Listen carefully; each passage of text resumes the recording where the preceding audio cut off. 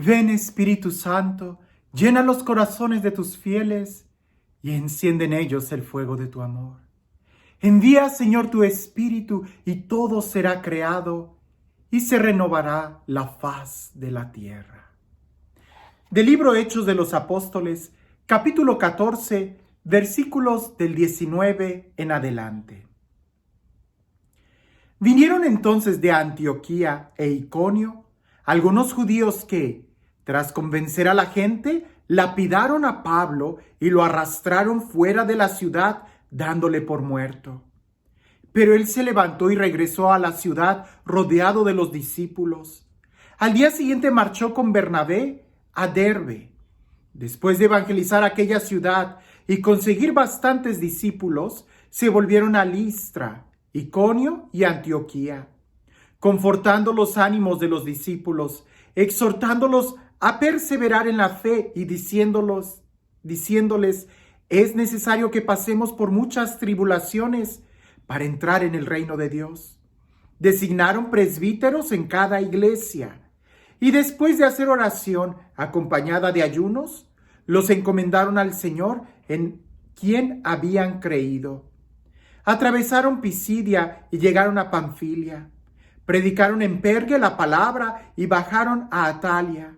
Allí se embarcaron para Antioquía, de donde habían partido encomendados a la gracia de Dios para la obra que habían realizado.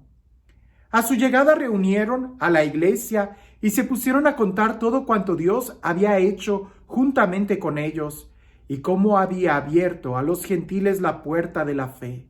Allí permanecieron bastante tiempo en compañía de los discípulos.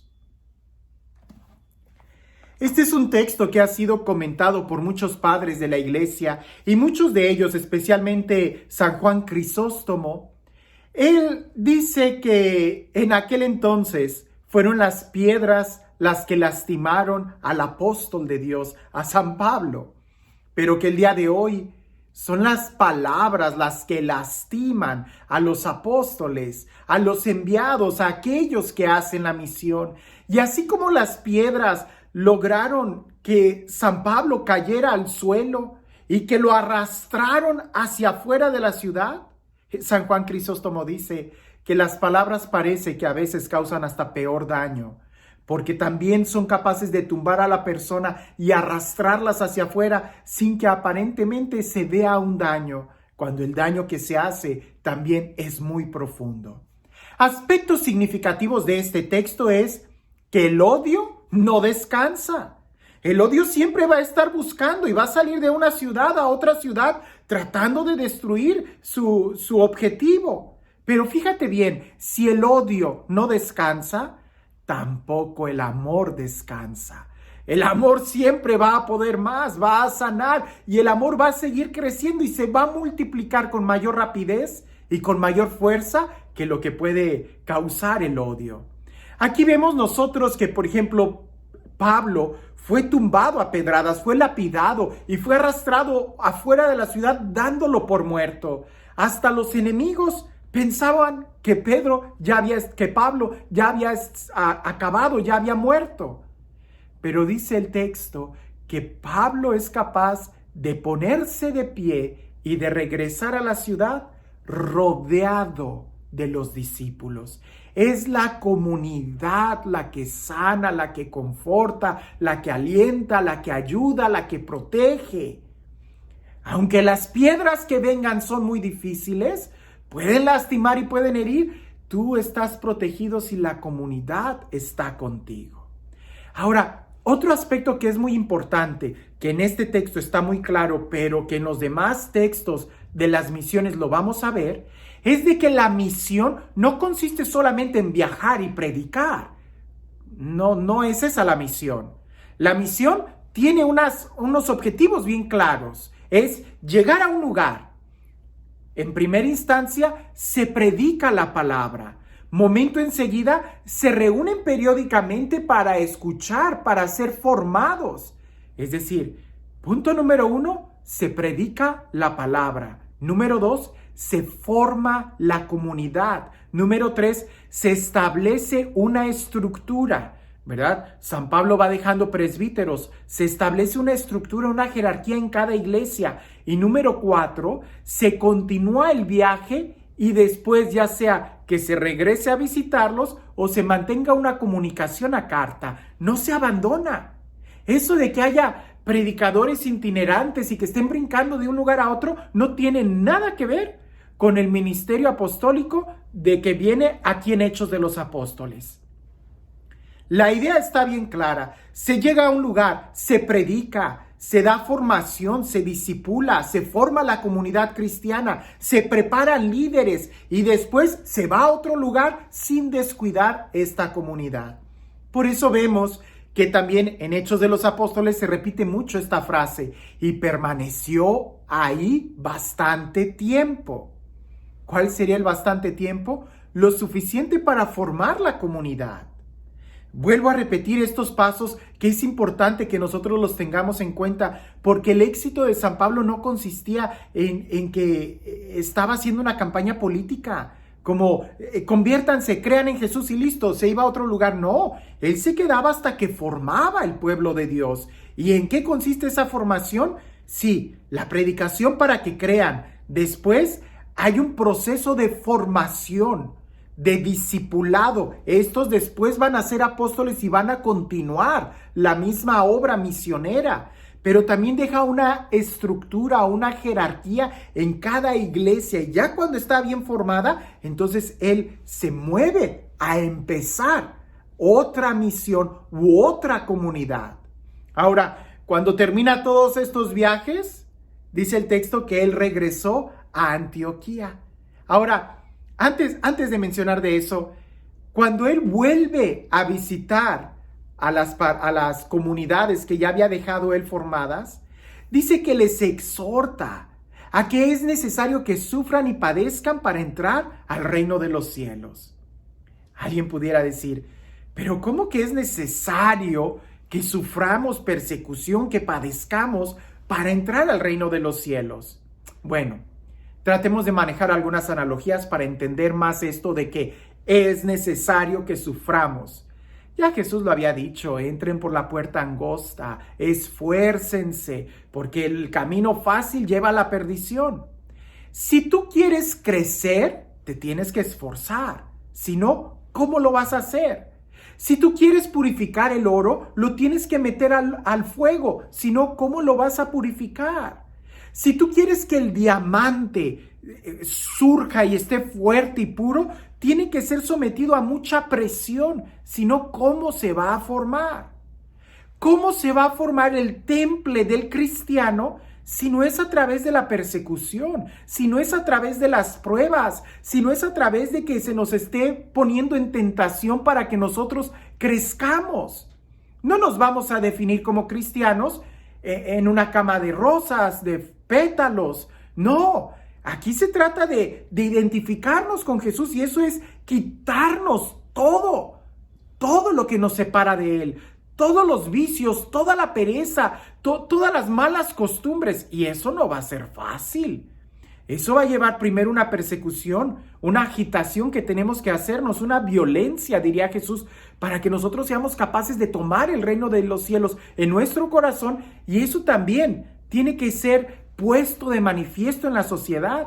Y ahí también va a haber otra persecución, porque hay que arrancar de la sociedad todo aquello que se opone al evangelio.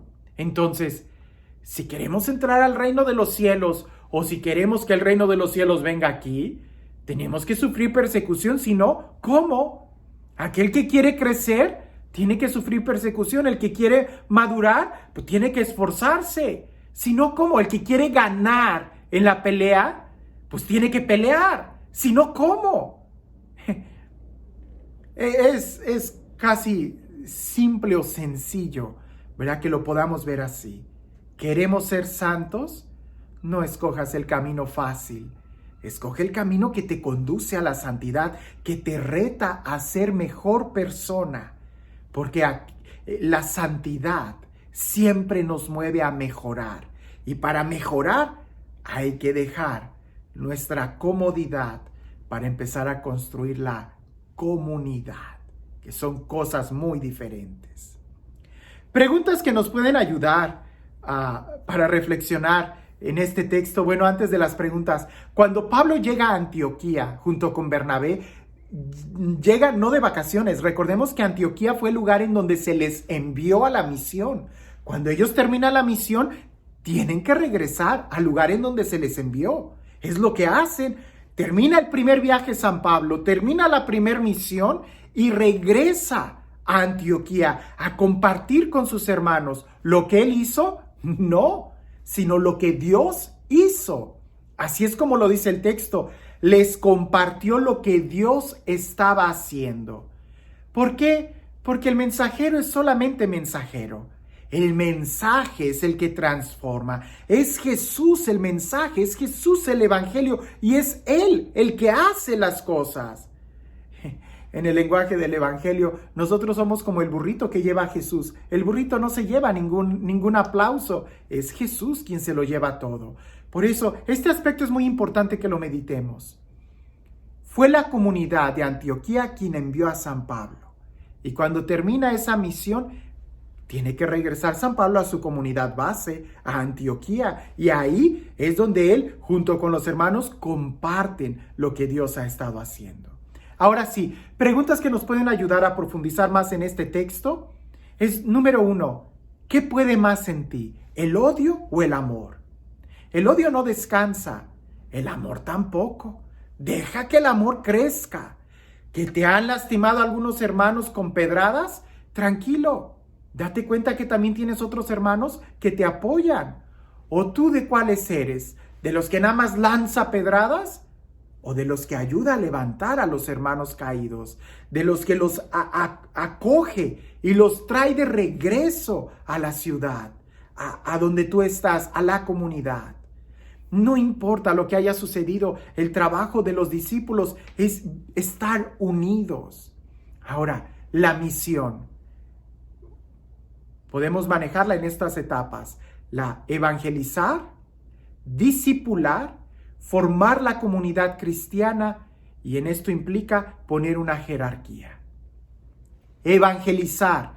Pero la evangelización no es solamente que conozcan a Cristo, sino que ellos se hagan discípulos para que siendo discípulos también ellos puedan ser misioneros y continúen. Aquí el protagonista es Jesús. Todos debemos de ser misioneros. La evangelización es predicar la buena noticia, pero también implica formar discípulos y formar el pueblo de Dios, la comunidad. Nosotros, ¿qué estamos haciendo en nuestro trabajo, en nuestra obra misionera, en nuestra misión? Todo gira alrededor de nosotros, que cuando yo no estoy, nada crece. Eso sería una misión fallida, porque nuestra misión es que Él crezca y que la obra de Dios continúe aunque yo no esté. Que si bien es cierto, quizás va a haber momentos que tengo que supervisarla como le hacía San Pablo, eso es bueno, pero no tiene que depender de mí, tiene que depender de Él. Por eso la evangelización es predicar el evangelio, pero también formar discípulos para que estos sean también un día apóstoles y misioneros. Y en eso también hay que formar la comunidad cristiana. Si no hay comunidad cristiana, entonces pon en duda si lo que estás predicando en realidad es el mensaje de Cristo, quien nos invita a vivir como un pueblo, como una comunidad. Y hablando de todo esto, ¿tú crees en Jesús? Sí, seguramente sí. ¿Y estás viviendo en comunidad? ¿Y estás formándote tú mismo para ser discípulo de Él y un día también ser evangelizador? ¿O no? Porque así como el misionero hace su trabajo incompleto si no forma la comunidad, tú también no estás creyendo en Jesús de manera completa si solamente lo escuchas, pero no te formas para vivir en un pueblo de Dios, en donde todos los miembros tienen una misión.